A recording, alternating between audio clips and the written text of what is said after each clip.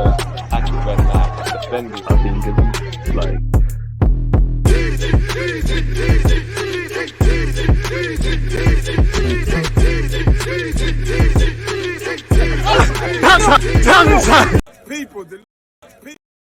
People deluded, I'm back again. Come on, Ian. Man. Come on. Sorry about those technical difficulties, people. But as Ian Wright just said, shout out Uncle Ian. People deluded, I'm back again. I hope you're doing well and safe. With it being Wednesday, I hope you're having a progressive week. As usual, good morning, good afternoon, good evening, and in some cases, good night. If you haven't, make sure you slap the like button. You're subscribing. You're getting your comments in either in the live chat or preferably, because I'll miss it because the video's being premiered. Well, I'll be watching, but you get the point. Comment in the comment section below, man. All these things boosts the YouTube algorithm and keeps increasing our reach, people, and our platform. Thank you for the 50,000 subscribers on YouTube we've been able to amass. On Twitch, which same username, Deluded Gooner, over 6,000 people. So we're progressing. We're doing what we need to do. Make sure you're following on all the socials, Deluded Gooner 04 and everything. As I just said, Twitch is Deluded Gooner. Snapchat is letter D Gooner 04. If you're not going to follow anything, make sure you're following Twitch, YouTube, and you're checking out your YouTube community tabs. You're turning on your notifications. You're checking Twitter and Instagram because that's where I typically put out the content. Now, it's transfer season, so it would make sense to just speak about some transfer stuff, people. You know, Aubameyang allegedly could seriously go back to Barcelona. There's Zoots of Cali that have lasted longer than him. He's literally getting passed around like a spliff, and he's Aubameyang's going out sad, really. Shout out to him because, in my opinion, Aubameyang's a Chelsea legend. Took the number 9 and stunk up the place like that cursed number 9 shirt at Stamford Bridge does. Hopefully, Joao Felix also does his bit. But Aubameyang back to Barcelona would be shambolic, even by Chelsea's recent transfer history, people. Spent like 50 odd million on who is he at left back, and that is crazy. But considering the wages they've given Aubameyang, considering the way he's been playing, considering the fact that if he does go back to Barcelona, it could be brazy. As you know, Chelsea have confirmed the signing of Joao Felix on loan. On the topic of Aubameyang, he's played 15 times looking at it now, and 3 goals for Chelsea. I mean, transfers when it's big money involved, which Aubameyang's wages was, it has to work in it, really and truly. But apparently, Gerard Romero, who seems to be a Barca journalist, just in Barcelona, wants to sign Aubameyang, people. Again, things are happening. Barca wants Aubameyang back. Aubameyang, if you go back, I know that you probably didn't want to leave. They had financial issues, but there's something wrong with you. You need to get Choupo-Moting's agent and just go cool off at Bayern Munich and do your little social media Bedina stuff, people. So it is what it is where he's concerned. Arsenal once again have been linked with Sergei Milinkovic-Savic, who could leave allegedly during the January transfer window. The Lazio president would accept a loan of 10 million euros with the obligation to buy at 40 million euros in the summer, which takes that to around 50 million. 50 million is a far cry from the 120 million euros allegedly he was talking about. But 50 million for someone whose contract will be running down in the summer or have a year left in 2024 could be good business. And for Arsenal, it could be an opportunity to move because United seem to have priorities elsewhere. Chelsea the same. Juventus will probably get their man, but it seems like they've got, like Barcelona, things off the field. So this could be an opportunity for Arsenal to take advantage of, if this is to be believed. Because as I said, I don't typically believe anything that links us with players primarily coming out of Italy, man. Taking around the houses with Torreira and Xhaka's moves to Italy, Locatelli, Vlahovic. There's been many more than I could count, really and truly. Zanolio, Tammy Abraham, etc., people. Once again, Chelsea have confirmed on their website that Joao Felix has been recruited on loan. He's also signed a new deal, people, as well. So let's see what he brings to the table, and hopefully he does nothing like what they've said here. Skillful and stylish attacker, Joao Felix is most effective when roaming fluidly across the front line and involving himself in build-up play. Hopefully he stinks up the place, people. But yeah, Chelsea fans, that's your guy now, isn't it? Pardon me. Aston Villa were linked with El Nene. They've also been linked with a move for Matteo Guendouzi, and they're apparently willing to put 30 million euros down, which is a quick profit for Marseille, who spent 11 million on him. Arsenal were due a sell-on clause, but maybe it was worth renewing his deal, letting him go back to Marseille on loan, and then dealing with that then, people. And obviously, he's gone from strength to strength, was technically in a France squad that made the final, bit part player like Saliba, but nonetheless he was there, and he would be linking up with with former Arsenal coach and Aston Villa head coach at the moment, Unai Emery, who's kind of gave him his name in the Premier League.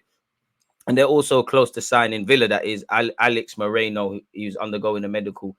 So yeah, 6 months after leaving, he could be back. I don't know how credible this is. I don't know the willingness, but it is what it is. According to reports, Emre has been in communication with the 23-year-old to tell him that he's at the top of his shopping list in the January window, people. So we'll have to see exactly how this develops, people. Marseille are not thought to be keen on losing one of their key players in the middle of the season, especially because he's 23. He's going from strength to strength. He could get better, really and truly. And apparently they've been linked with Nani, who did well for Morocco, people. So it is what it is there. What's this? See what that is with Chelsea. Oh, that's crap news with Morata, man. Thoughts are with him and his family there. Really, you know, United have been linked with Weghorst as well, and he's missed Besiktas training with muscle contraceptions and groin pain. Rumors of him completing a loan signing there as well. That's crap news where Morata is concerned. Thoughts with him and his. Chelsea have a 5-man shortlist for big money midfielders. They prepare to let Jorginho go for free, but hope Mount and Kante will sign new deals, people. They've been linked Jude Bellingham, Declan Rice. They will be lit. Again, we did see a report that we covered that apparently transfer insiders in the world of football know that Liverpool have an interest in Moses Caicedo, but they believe he'll end up like Graham Potter, who was also at Brighton, at Chelsea. And I'm sure Chelsea fans' appetite is getting wet with these things. So, yeah, you know, Chelsea and Todd Burr, who's technically stepped back from his position, is just now a co-owner, keen to flex their muscles and rebuild. Declan Rice, in my opinion, they get Declan Rice. I think he feels he wants to stay in London. The Chelsea aspect, the Cobham aspect, even though Arsenal, City, United, Liverpool could also offer him equally as good projects as Chelsea could bring stuff. You know, they probably will return for Enzo Fernandez in the summer after it appears that his Benfica move didn't happen. Liverpool and Real Madrid, just based on reports, seem to be the front runners to sign Jude Bellingham. So you're going to have to read into that what you want to read into such people. So, yeah, Aubameyang back to Barcelona, increasingly possible, says Colin Miller, pushing for Chelsea exit and due to playing for Barcelona once this season, cannot play for other clubs this season. As you know, that's a FIFA rule, would be de facto squad replacement for Memphis Depay, who Atletico wants. So there's no way around it. Either he warms the bench at Chelsea or he warms the bench in sunny Spain and Barcelona. It's down to him. Whether that will happen, that will be a masterclass for Barca, really, especially if they get him on loan. I wouldn't look to bring it, you know, because then you'd be inventing another problem, but you'd have to see.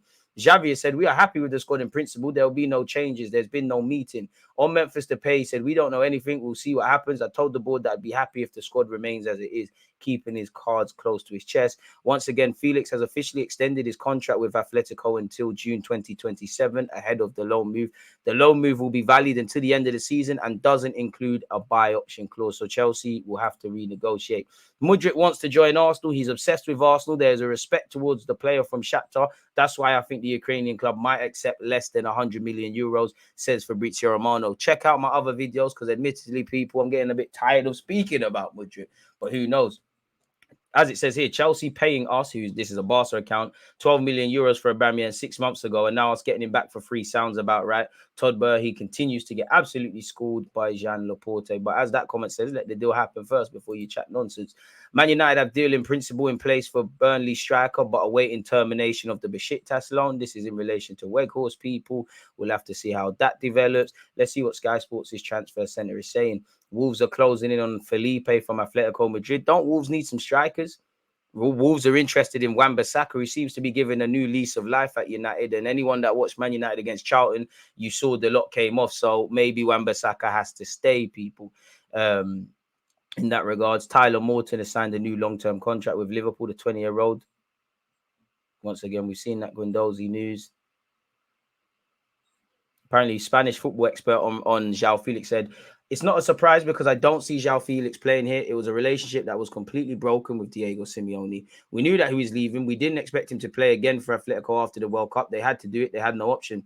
It's weird that it's only a loan. It's a very expensive loan. 11 million is a lot of money for only 6 months with no buy clause. What is happening with Atletico at the end of the season? That's the big question. And there's rumors Simeone might be cut.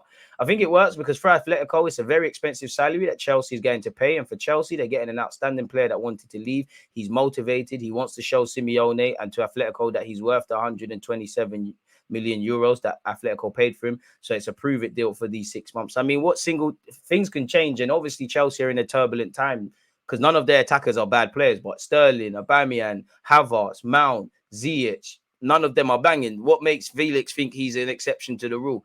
As a cynical Arsenal fan, I hope he's not, but I believe in his talent, and I think Graham Potter will get it right at Chelsea. If he's not going to be playing under Simeone, he just renewed his contract at Atletico. So is Simeone leaving at the end of the season? That's the question everybody is asking in Spain. There are reports that the relationship between Simeone and the board and Atletico owners is getting more and more complicated. He is a very complicated guy to deal with, very strong-minded. He is also military mentality, and the regime at Atletico was really good from the beginning with low-level players, but dealing with superstars like Joao Felix is another deal. So yeah, it is what it is, people. I mean, David Beckham's son has completed a loan move to Brentford B, and David Beckham was seen watching his son. Dan Juma has been linked with Everton. You know, a couple of top 6 clubs were looking at him. Spurs are not backing down to Chelsea as they move to sign Puro, people. Fabrizio has said he's Spurs' priority as a new right back. And as a new right back, as reported last week, Spurs are in contact with Sporting via middlemen to discuss and find a way up for a January move. Sporting allegedly have been clear, £45 million release clause activated or he stays. The Arsenal have also been linked as well. Busquets could be going to El Nazar with Cristiano Ronaldo. They've also been linked with Sergio Ramos, people. So we'll have to see how that one there develops, but it doesn't feel like there's anything new here. Completely off topic, I was going to read this. Dani Alves, who was a hero of mine, you know, I hope that this didn't happen, but if you did assault this lady, then jungle justice. Daniel Alves has been investigated over sexual assault allegation in Spain nightclub. If you did that, the worst needs to happen to you. Simple as that, innit? I'm not going to expand too much.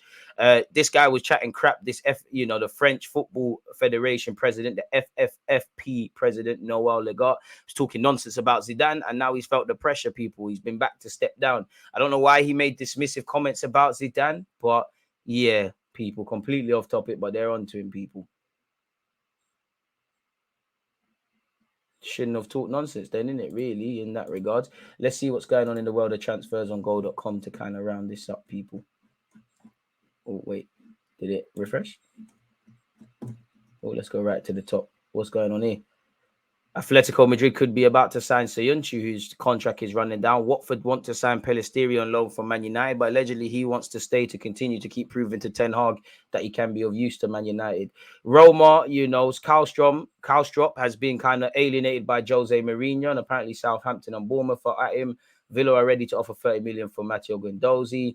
AC Milan have scheduled talks with Real Madrid to sign Diaz permanently, people. Apparently, Milan have a buy option in June of around 22 million. Real Madrid have a buyback clause for 27 million. So you're going to get zanged for all his talent. You might just make a £5 million profit.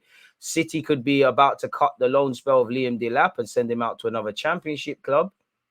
Spurs are trying to get Prioro.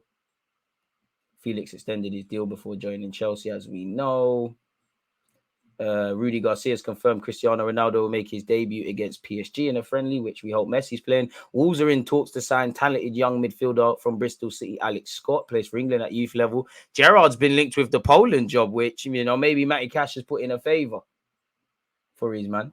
Not too sure. Atletico Madrid have made an Aubameyang inquiry. Thierry Henry has denied contacting the Belgium FA for the top job. Apparently, Roberto Martinez is the new Portugal gaffer. Forest are getting closer to signing ex-Arsenal target as well as Monaco and Ajax's target. Danilo from Palmeiras, people. Villa has said are about to sign Alex Moreno, who is the defender who plays for Real Betis, for 12.5 million quid. Leicester have approached Florentino for Nico Gonzalez. So, yeah, make of that what you will, people. Big up Reading. They've re-signed Andy Carroll. I met Andy Carroll when I used to work at Harvey Nicks. He's a cool guy, man. Want him to do well. Southampton have announced a new sporting director, Jason Wilcox, who joins from Man City, people. You know, City are losing a couple. Joe Shields and him. Obviously, City will replace them. But, yeah, Real Madrid have prioritized Alphonso Davies and Gilmondo. There's rumors that they want to cut ties with Mendy. They believe he's a talented player, but he's just too injury-prone, people. So we'll have to see what's going on in those regards, people.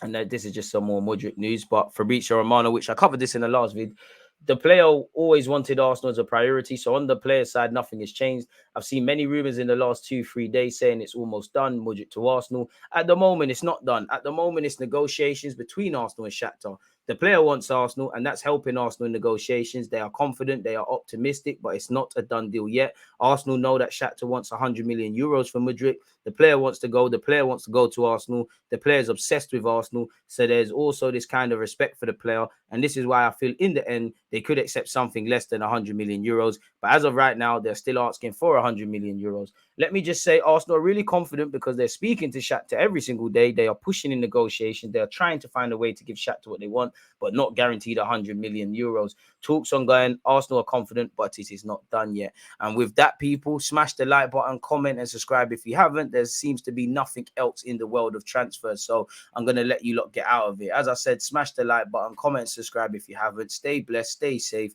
and I'll see you lot again soon.